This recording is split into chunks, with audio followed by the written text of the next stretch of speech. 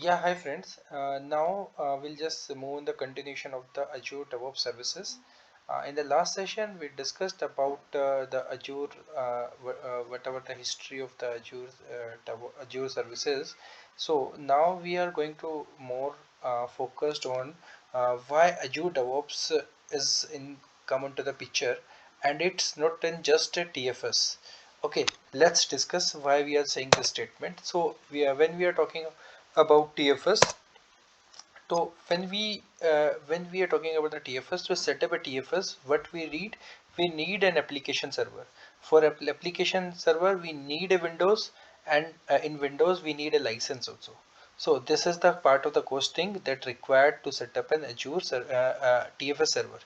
Then after, if we are consuming an application server, so somewhere we need a database also. So an associated database with the TFS is SQL Server. So it's also an again the licensing cost, and again the management and the patch management issues also that will be come into the picture for that. So now that I'm talking about the window licensing, we need the window licensing. To set up these, we need the hardware cost as well.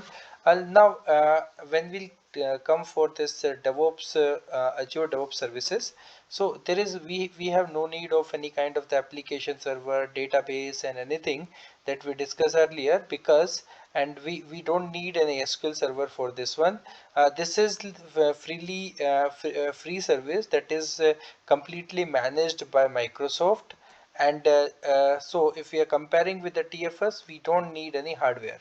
Okay, now we will come into the another part that if we are talking about whatever the TFS daily activities. So the person who is managing the TFS server needs to manage the Windows patch, SQL Server patches.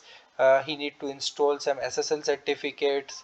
He need to take the backup of the entire services and all. Then he need to manage the build and the release pipeline servers for this one.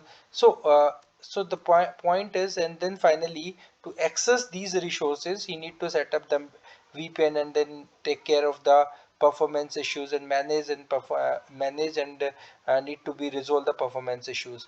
When we'll come on the right side, we have the DevOps, Azure DevOps services. So in Azure DevOps services, we just simply go and create an account. It's a one-time activity. We need to create an account and project, and then after, we need to send invite to the user who are just part of those projects. And there is no limit of the number of the people. So the performance issue that we are facing here, there is no such issue occurred, and no constraint of the performance that I'm talking about right now. And we can set up this Azure DevOps pipeline within the 5 minutes. So in the next session, we are just going to the hands-on of the DevOps pipeline. Okay, so we will move to the hands-on DevOps pipeline. Let's meet in the next session. Thank you for watching.